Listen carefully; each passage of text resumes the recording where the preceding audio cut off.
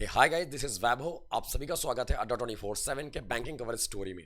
दोस्तों, सुबह के 5 बज चुके हैं और आपको डेली इस समय पर मिलना है। हम आपसे डेली रूबरू होंगे। और दोस्तों, ये जो इनिशिएटिव है लाइक बैंकिंग कवरेज स्टोरी का, ये हम लोग डेली लेके चलेंगे। और ये इनिशिएटिव आपके सभी बैंक के एग्जाम के लिए एक माइलस्टोन यानी कि एक मील का पत्थर साबित होने वाला है।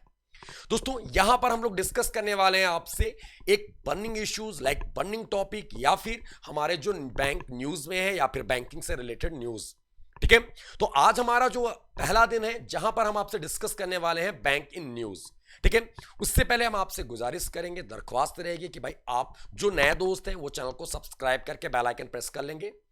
और जो लोग हैं यहां पर, तो भैया फटाफट क्या करना है आप लोगों ने कि चैनल को लाइक और शेयर का रेशियो मेंटेन रखना है, यानी कि फटाफट क्लास को शेयर कर देना है। ठीक है, तो आते हैं, स्टार्ट करते हैं। और जैसा कि आपको पता होगा, हम लोग यहां पर डिस्कस करने वाले हैं 1 मई से लेके 1 मई से लेके 3 मई तक के बैंकिंग न्यूज, यानी बैंक इन न्यूज, जो बैंक समाचार में है, जो बैंक अभी न्यूज में रहे थे इन दिनों में।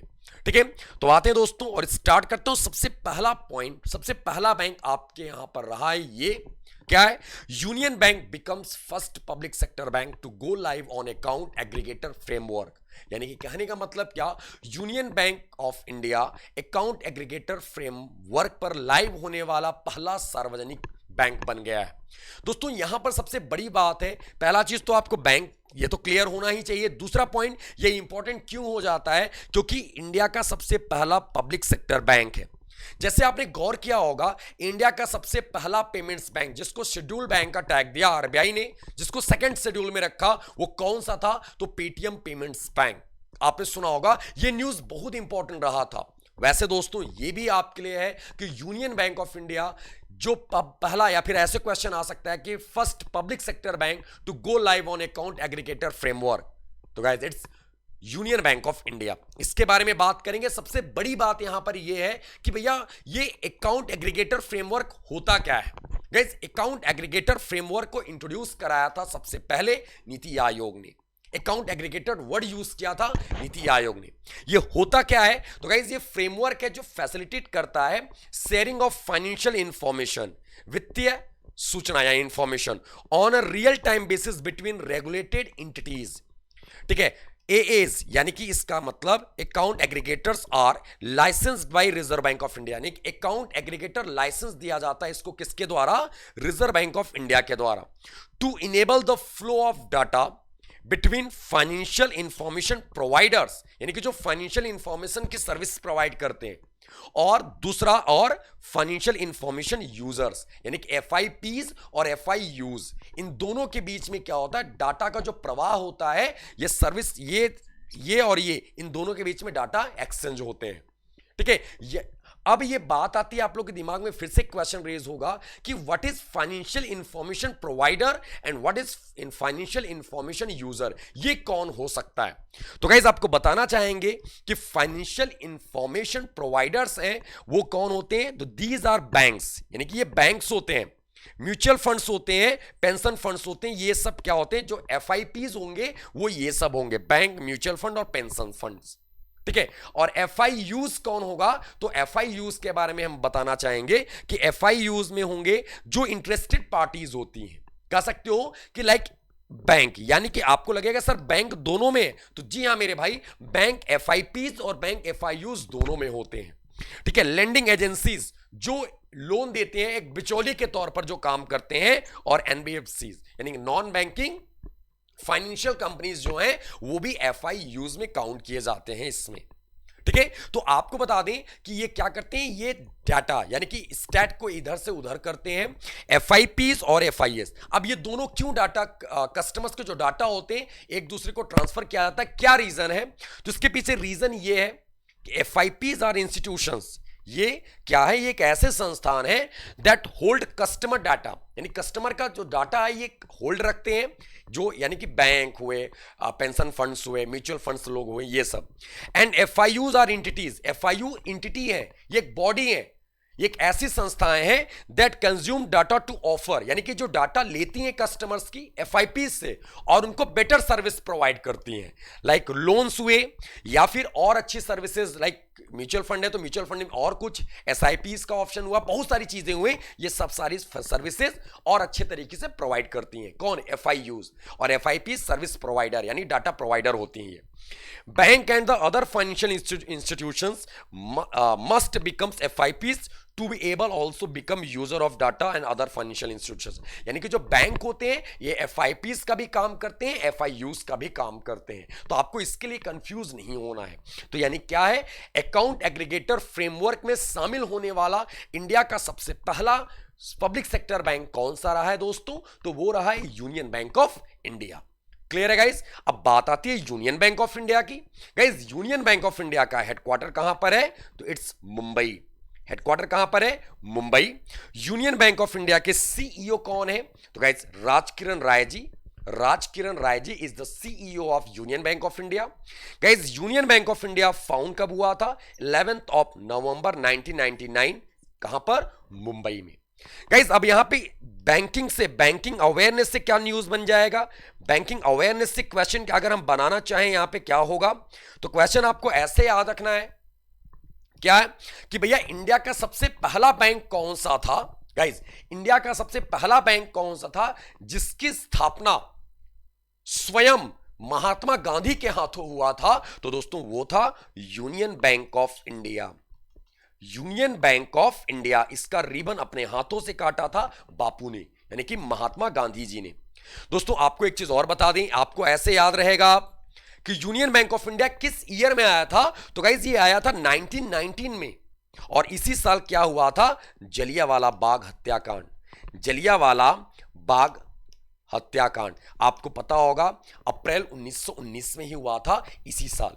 तो दोस्तों आपको ऐसे भी याद रखना 1919 कौन सा? Union bank of India.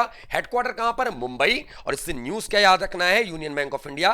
कि महात्मा गांधी ने अपने कर कमलों के द्वारा इसका इनॉग्रेशन किया था, इसका रिबन काटा था, इसलिए न्यूज में था। स्टैट वाले यानी कि बेसिक बैंकिंग में आप कर सकते हो, वहां से अपडेट कर सकते हो।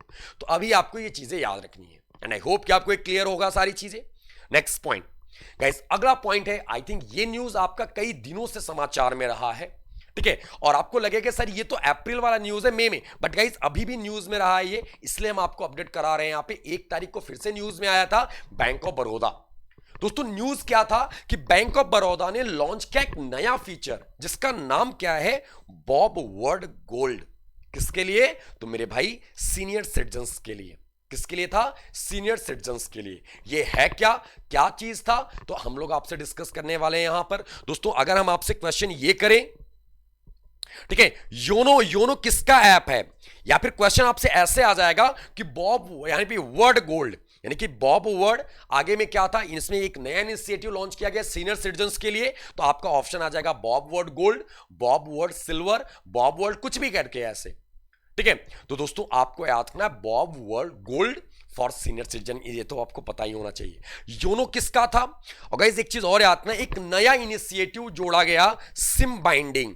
क्या जोड़ा गया?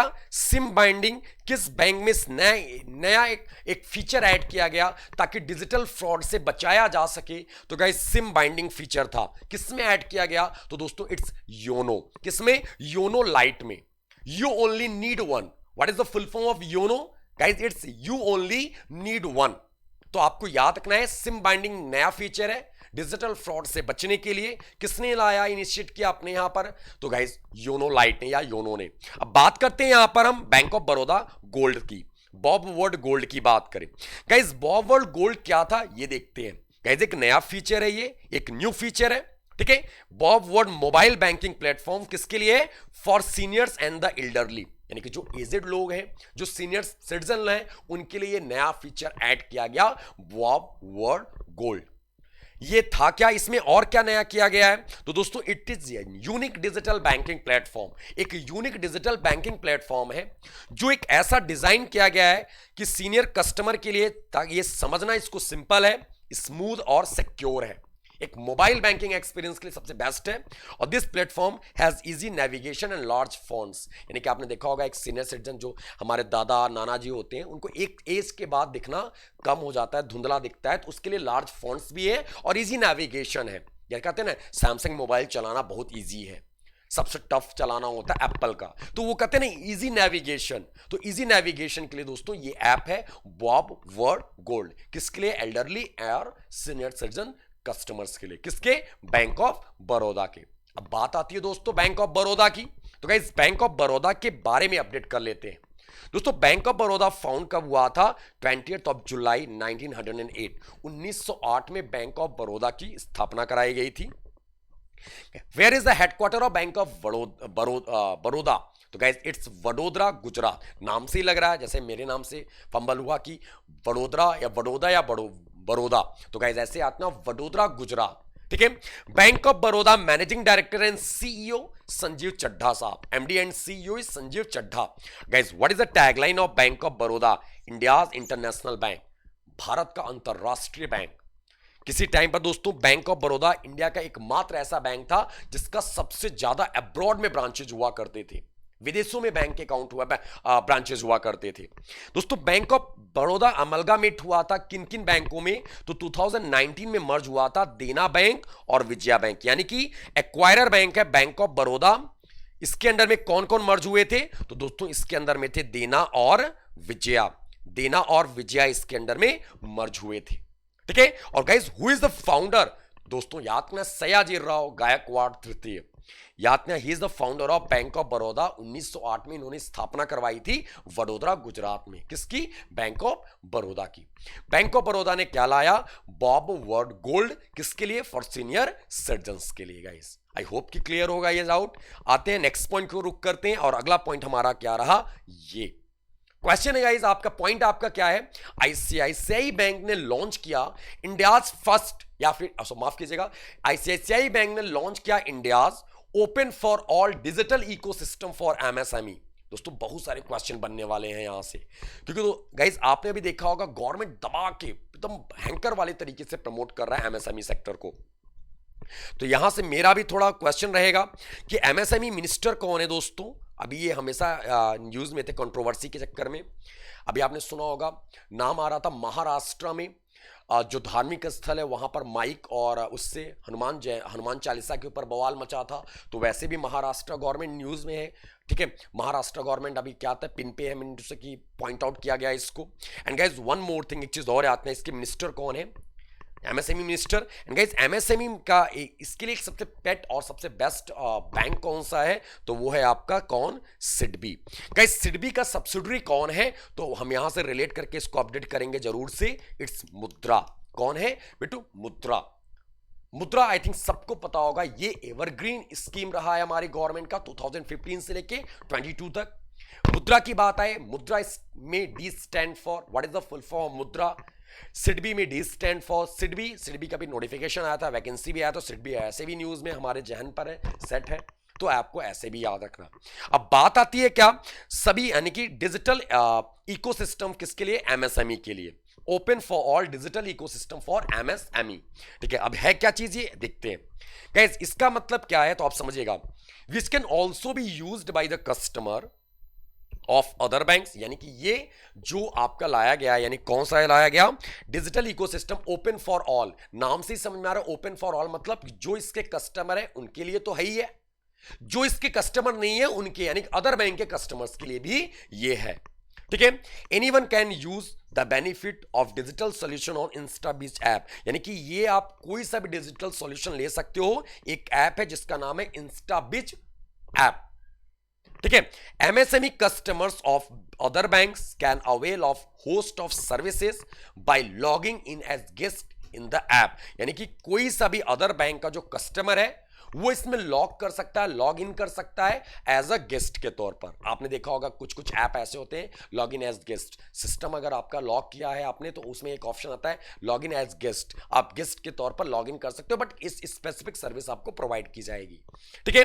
It provide sanction of instant and paperless. Guys गौर से सुनिएगा, it provide sanctions of instant यानी तुरंत and paperless overdraft facility up to how many are? It's 25 lakh through Insta OD plus. एक इनका एक कैंपेन कर सकते हो, इनका एक स्कीम है Insta OD, Insta overdraft plus, जिसमें ये 25 लाख तक का ओवरड्राफ्ट फैसिलिटी प्रोवाइड करेंगे, सैंक्शन करेंगे। किसमें? इंस्टा बीच ऐप के थ्रू ये जा सकते हो आप। किसने लाया है? आईसीआईसीआई बैंक ने लाया है दोस्तों। किसने? तो आईसीआईसीआई बैंक ने। क्लियर है गाइस? कितने का ओवरड्राफ्ट? इंस्टा ओडी प्लस के थ्रू 25 लाख तक का। कोई भी कस्टमर इसमें क्या कर सकता है? जा सकता है, as a guest enrol log in कर सकता है और सर्विसेज को ग्रैब कर सकता है, बेनिफिट को ग्रैब कर सकता है। ठीक है, अब बात आती है आईसीआईसीआई बैंक की। गाइस, आईसीआईसीआई बैंक का हेडक्वार्टर कहां पर है? वडोदरा। बट यहां पर एक्चुअली में अगर आप जाओगे तो ये आपको गूगल करोगे तो वडोदरा, मैंने जानबूझ के लग रखा है कि आपको यहां पे समझ, गूगल करोगे तो वडोदरा ही दिखेगा क्योंकि रजिस्टर्ड ये वडोदरा से ही है। बट एक्चुअल हेडक्वार्टर कहां पर इसका? मुंबई। ठीक है दोस्तों, आपको याद क्या रखना है? मुंबई। गाइस, आईसीआईसीआई बैंक के हेडक्वार्टर की बात, आईसीआईसीआई की बात करें, what is the full form of ICICI? इसका पूरा नाम क्या है? Industrial Credit Investment Corporation of India Limited. Industrial Credit Investment Corporation of India Limited. ठीक है, who is the MD and CEO? Guys, Sandeep Bakhshi साहब। कौन है एमडी और CEO? Sandeep Bakhshi. And guys, who is the chairman? Girish Chandra Chaturvedi. ICICI bank के chairman कौन है? Girish Chandra Chaturvedi. And guys, ICICI bank का टैगलाइन क्या है? हम है ना, ख्याल आपका। दोस्तों, ये आपके लिए इंपॉर्टेंट हो जाता है। कभी कभी आपका हेडक्वार्टर आ जाता है, ठीक है, हेडक्वार्टर आ जाता है, और कभी कभी आपका क्या आ जाता है? टैगलाइन आ जाता है। ठीक है, ये आज ना दोनों में से कोई एक क्वेश्चन पॉइंट आउट किया जाता है। दोस्तों, अब बात आती है आईसीआईसीआई बैंक की ऐप की, एप्लीकेशन का। तो आपको बता दें, ये क्वेश्चन बहुत कॉमन रहा है। जैसे मेरे को याद है, एक बार क्वेश्चन आया था एक्सिस बैंक, यानी कि लाइम ऐप किसका है? लाइम ऐप किसका है? तो लाइम ऐप है एक्सिस बैंक का। तो वैसे जैसे चिल्लर ऐप किसका है? तो गाइस, चिल्लर ऐप है आपका एचडीएफसी का। किसका है? एचडीएफसी का। वैसे आईसीआईसीआई क्या क्या है? तो पॉकेट। कौन सा ऐप है? पॉकेट। कौन सा पॉकेट? Digital pocket. कौन सा पॉकेट? तो डिजिटल पॉकेट ऐप किसका है? आईसीआईसीआई का है। ये आपको याद रखना है। ये एक ऐप है जो नॉर्मली जैसे हम लोग कहते हैं ना, लाइम ऐप एक्सिस का, चिल्लर ऐप एचडीएफसी, योनो एसबीआई। ठीक है, बॉब वर्ल्ड गोल्ड किसका रहा है? तो दोस्तों, ये है बैंक ऑफ बड़ौदा का। तो ऐसे आपको याद रखना है। क्लियर है? बॉब वर्ड किसका है? तो ये भी बैंक ऑफ, नाम से ही समझ में आ रहा है, बॉब वर्ड। ठीक है, तो ये ध्यान रखिएगा आप सभी लोगों ने। नेक्स्ट पॉइंट गाइस, ये पॉइंट आपके लिए इंपॉर्टेंट हो जाता है, याद रखिएगा, क्योंकि यहां पर आरबीआई है। कुछ क्वेश्चन जरूर करेंगे यहां से। अगला क्वेश्चन आपके यहां पॉइंट आपका क्या है? Guys, RBI gives nod for appointment of Rajiv Ranjan as MPC. आपको बता दें, अभी ईएसआईसी यूडीसी मेंस के एग्जाम में एक क्वेश्चन आया था आपका कि in MPC M stand for. Guys, आप सभी को पता होगा, MPC stand for monetary policy committee. Monetary policy committee. Guys, इस कमिटी में 6 लोग हैं, यानी इस कमिटी में कितने मेंबर हैं? 6 मेंबर हैं, जो 3 गवर्नमेंट ऑफ इंडिया यानी कि फाइनेंस मिनिस्ट्री के द्वारा और 3 आरबीआई के द्वारा। 3 यानी 6 लोग हैं इसमें। ठीक है, अब मुद्दे की बात करें, एमपीसी मॉनेटरी पॉलिसी कमिटी किस ईयर में लाई गई थी? सो गाइस, 2015 में लाया गया था monetary policy committee. And which committee recommended it for monetary policy committee? तो गाइस, मॉनेटरी पॉलिसी कमिटी को रिकमेंड किया था उर्जित आर पटेल कमिटी ने।